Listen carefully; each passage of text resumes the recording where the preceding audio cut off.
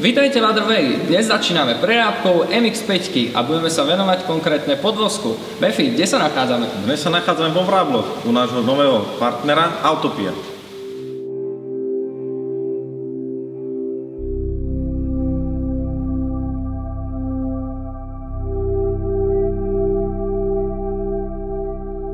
Autopia. Miesto, kde monštra spia, kde sa rodia, ale aj znovu zrodzujú. Je neuveriteľné, že vo Vrábloch, malom mestečku na Slovensku, nájdete dielňu, ktorá pracuje na stavbe takýchto kalibrov a poskytuje pod jednou strechou komplexné úpravy ako karosárske práce, výroba bodykitov, prestavby motorov, a to bez hraníc, či už ide o Wankel alebo Boxer, kompletnú elektroniku, swapy alebo hocičo iné. Hlavou firmy je Thomas David Hessel, ktorý sa okrem práci v Autopia venuje okruhovým pretekom Time Attack na svojom karbonovom GTR-ku. Práca chalanov z Autopia hovorí za svoje a nájdete tu len a len kvalitu. A preto sme tu. A vítame medzi nami Tomasa, majiteľa firmy Autopia. Tomas, povedz nám, Mazda MX-5, je to potenciálne auto na úpravy? Tak Mazda MX-5, áno, je určite veľmi zaujímavá platforma na úpravy, nakoľko sa jedná o koncept ľahký, so zadným náhonom. Napríklad Američania si veľmi obľúbili tento voz a bolo aj nezávisle od jedného tuniarského časopisu Super Street zvolené za číslo 1 potenciálov, čo sa týka platformiem vôbec. Fíha, to je výborné. A čo vlastne máme dnes na pláne? Akú úpravu si pre nás pripravil? Tak nakoľko MX-5 je sám o sebe skvelá, sme si povedali, že nejdeme do nejakej motorovej úpravy, ale práve, že ideme do podvozkovej úpravy, ktoré tomu autu, tomu skvelému motoru len prispeje a dá nám pasívnu bezpečnosť a veľa zábavy na ceste. Tak dneska budeme montovať teda podvozok. My sme špeciálne vybrali podvozok švédskeho výrobcu Öhlins, ktorý si myslím je medzi tými najlepšími, čo sa dajú vôbec kúpiť na trhu. Zvolili sme model základný od Öhlins, volá sa Road and Track. A je to vlastne kompromis medzi pretekárskym podvozkom, ktorý vlastne je vyvinutý a od výrobcu nastavený skôr na používanie na cestu. Čiže taký výborný kompromis. Dobre, poďme si o tom povedať niečo viacej. Čím je podvozok Öhlins špeciálny? Predovšetkým jedinečnou patentovanou technológiou nazvanou DFV Dual Flow Valve, v preklade dvojprietokový ventil. Ide o pomerne komplexné riešenie problému nežiaducej tvrdosti športových podvozkov variabilným regulovaním prietoku tlmiaceho média. Systém DFV rozozná, či sa piesnica pri kompresii hýbe pomaly alebo rýchlo. Obvykle ku rýchlej kompresii dochádza pri prejazde nerovnosťami na ceste a k pomalej napríklad pri prenose váhy vozidla počas zatáčania. Rýchly pohyb piesnice spôsobí otvorenie dvojprietokového ventilu DFV a tlmič tak dočasne získa mäkšiu charakteristiku pri prejazde nerovnosťami. Výhodou je nielen zvýšenie komfortu jazdy bez obetovania kvality jazdných vlastností, ale aj reakcia tlmiča pri výtlaku. Obvyklým problémom tuhých športových podvozkov je, že koleso pri prejazde nerovnosťou zostáva určitý čas vo vzduchu. Ak teda jazdec vyberá zákrutu s nerovnosťami, stráca na tento čas kontakt s vozovkou, čo môže mať katastrofálne následky. Podvozok Öhlins vďaka technológii DFV a jeho okamžitej reakcii pri výtlaku pritlačí pneumatiku na zem okamžite po prejazde nerovnosťou. Teóriu poznáme, a tak sa dajme do práce. Prvým krokom je zameranie výšky sériového podvozku. Merá sa buď od stredu kolies alebo od rávku, nikdy nie od zeme kvôli možným rozdielom v tlaku a opotrebeniu pneumatík. Tieto miery nám poslúžia ako referenčné hodnoty pri znižovaní, aby sme približne zachovali uhol karosérie kvôli aerodynamike.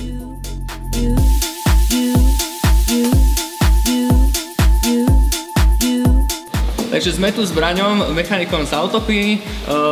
Braňo, povedz nám, ako budeme postupovať? Máme auto na zdviháku už a ideme rozoberať, hej? Tak v prvom rade sa musíme dostať k vrchnému uloženiu zadných tlmičov, čo už máme pripravené. Šrouby si nastriekame viedečkom a môžeme ich povoliť. Takisto od spodu na spodnom ramene. samozrejme predtým dole koleso a môžeme to vymeniť za nový tlmič.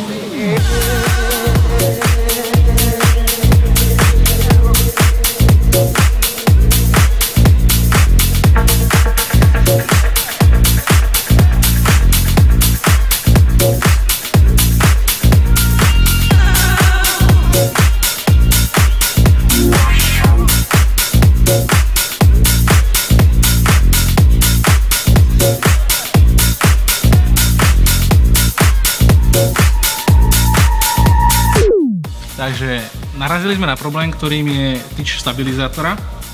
My by sme si ho potrebovali odtiaľto odtiahnuť, ale nakoľko nemá aretovací vnútorný vod, aretuje sa pomocou imbusáku dovnútra a ten už je trošku vekom zrdzavený. Nemali by sme to pre istotu povolovať, aby sme nespravili viacej škody ako užitku, teda pokiaľ ho nebudeme meniť. Tým pádom to vyriešime tým, že si zdemontujeme celú tyč stabilizátora a tak vlastne získame vôľu v tom rameni.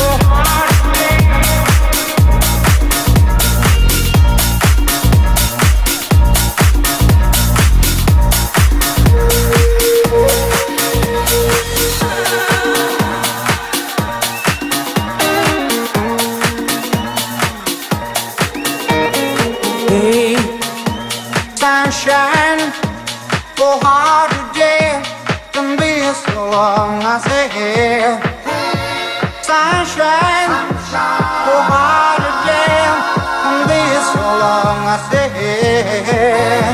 sunshine, for hard to day can be so long. I say, sunshine, for hard to day can be so long. I say.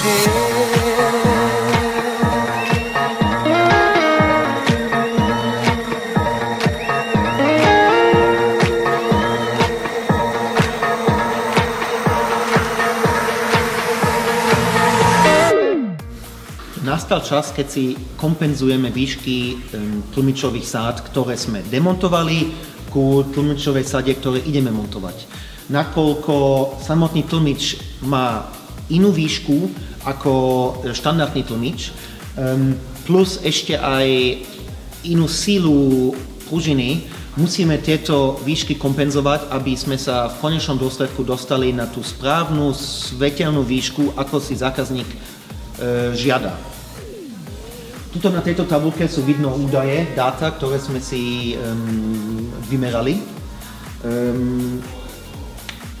Krátko vysvetlím, jedná sa o štandardný podvozok, výšku vozidla, výšku tlmiča po úprave s tým, že zákazník si želá na predku zníženie vozidla o 4 cm a na zadku zníženie vozidla o 3 cm. Nám tuto vychádzajú kompenzácie vo výšok a s tým, že chceme využiť štandardné nastavenia, ako nám Öhlins tento tlmič dodal, odratáme celkový rozdiel vo výške tlmiču a si porovnáme s tým, o koľko chceme auto celkovo znížiť a nám vychádza delta voči tomu, kam sa chceme dostať o tieto hodnoty. To znamená, že maximálna hodnota, ktorá sa nám ukáže ako odchýlka ku požiadovanému výsledku je 0,9 mm. Nakoľko je sila, káčko, konstant pružiny inak, ktorý nevieme teraz povedať, tak či tak sa bude celkovo ešte raz merať auto po inštalácii tlmičov a pozrieme, či tieto konečné výšky sú pravdivé. Toto je predok, toto je zadok a po inštalácii Öhlins tlmičov by nám mali výjsť tieto hodnoty, výška vozidla. Keď toto bude sedieť, vieme, že sme vlastne celú kalkuláciu spravili správne. Predtým, než podvozok namontujeme, porovnáme si ho so sériovým. Dôležitým rozdielom je samotná hmotnosť tlmičov a preto sme ich odvážili.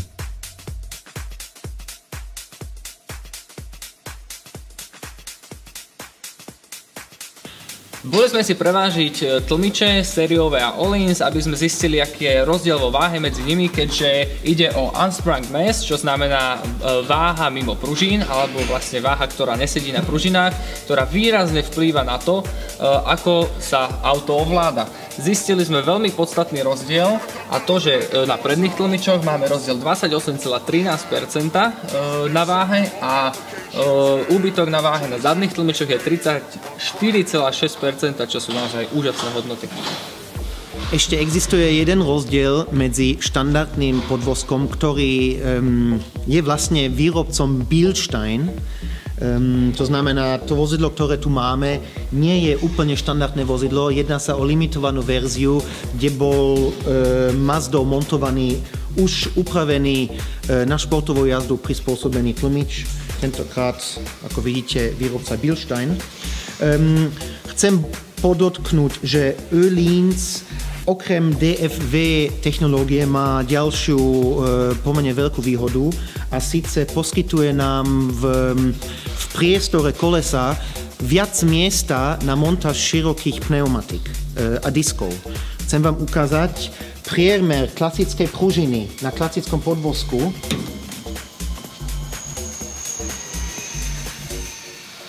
Je 106 mm, kde na Öhlins pružine sme presne o 20 mm užší, čo znamená, my vlastne vieme o presne 2 cm širšie disky montovať. Keď si zoberieme kalkuláciu tzv. ETčka, jedná sa až o 4 cm disky, to znamená, už len s montážou Öhlins tlmičov vieme získať veľkú škálu pneumatik a diskov, ktoré sú zrazu reálne montovať do toho auta.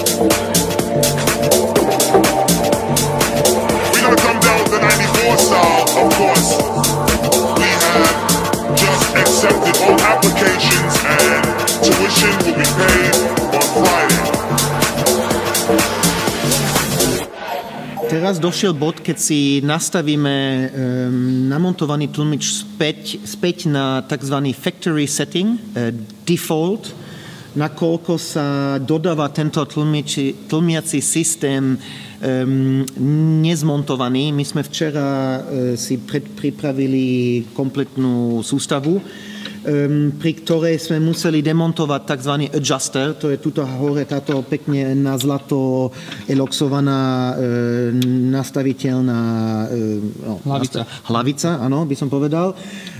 My ho máme teraz kompletne uzatvorený, ten tlmič, a Öhlins dodáva tlmičové systémy s tzv. Factory setup, ktoré je 7 klikov od úplného zavretia. Teraz sme úplne zavretí a budeme teraz rátať kliky. 1, 2, 3, 4, 5, 6, 7. toto nastavenie je nastavenie, s ktorým Öhlins dodáva svoje systémy a ja odporúčam vychádzať z tohoto setupu a si potom individuálne ladiť podľa gusta, podľa referenc, podľa toho, že asi aj čo aj s autom robíme, že? Asi čo aj robíte, akú máte preferenciu, to je individuálne nastavenie.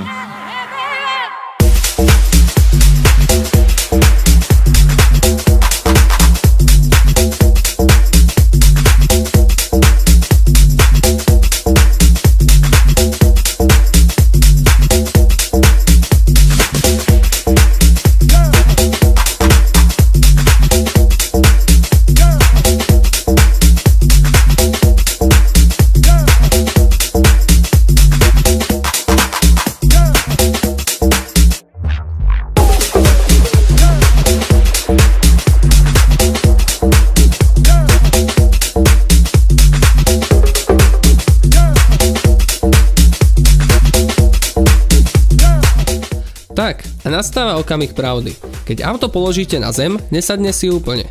Treba s autom pohýbať, zaťažiť ho alebo najlepšie chvíľu pojazdiť. Následne si premeráme výšku. Keďže auto sadlo menej ako sa predpokladalo, zrejme kvôli značne odlišnej konštante pružiny, musíme znižovať. Podvozok nadstavujeme pomocou rotovania spodného uloženia, pričom v našom prípade jedna rotácia sa rovná 1,5 mm. Ak chcete väčšie zníženie, než dovoluje závit na uložení, môžete znižovať aj pomocou závitu na pružine. Dosiahnuť správnu výšku vyžaduje trpezlivosť a viacero pokusov, pričom vždy treba demontovať koleso a spodné uloženie. Navyše je možné, že si podvozok po určitom čase sadne o niekoľko milimetrov.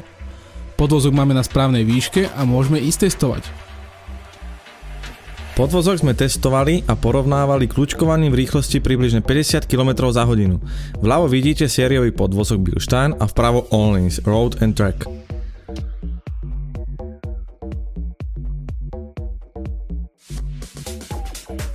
Konečne sme doma, podvozok máme otestovaný, zajazdený. Čo na to hovoríš, Pátres? Vieš čo, super, je toto nad tými výmolami a Galadinov koberec, fakt komfortné a pritom ako kvalita jazdy úžasná, proste drží to v tých zákrutách, skutočne bolo to aj vidieť na tom teste, myslím, no. No, samostatným nedostatkom sú už len tí pneumatiky, ale tak to je vec, ktorú vyriešime. Taktiež sme si premerali výšku, samozrejme tá ostala už stabilná, 3-4 cm. Nesadalo si to už nejak extra. Tak máme to, čo sme chceli. Dobre. Takže ďakujeme Autopii. Áno, za to, že sme u nich mohli natáčať tento diel a za to, že nás podporujú a tešíme sa na ďalšie diely a spolu s vami a na prenápku MX-5 chalani, nie? No. Jasné. Majte sa, čauko. Čaute.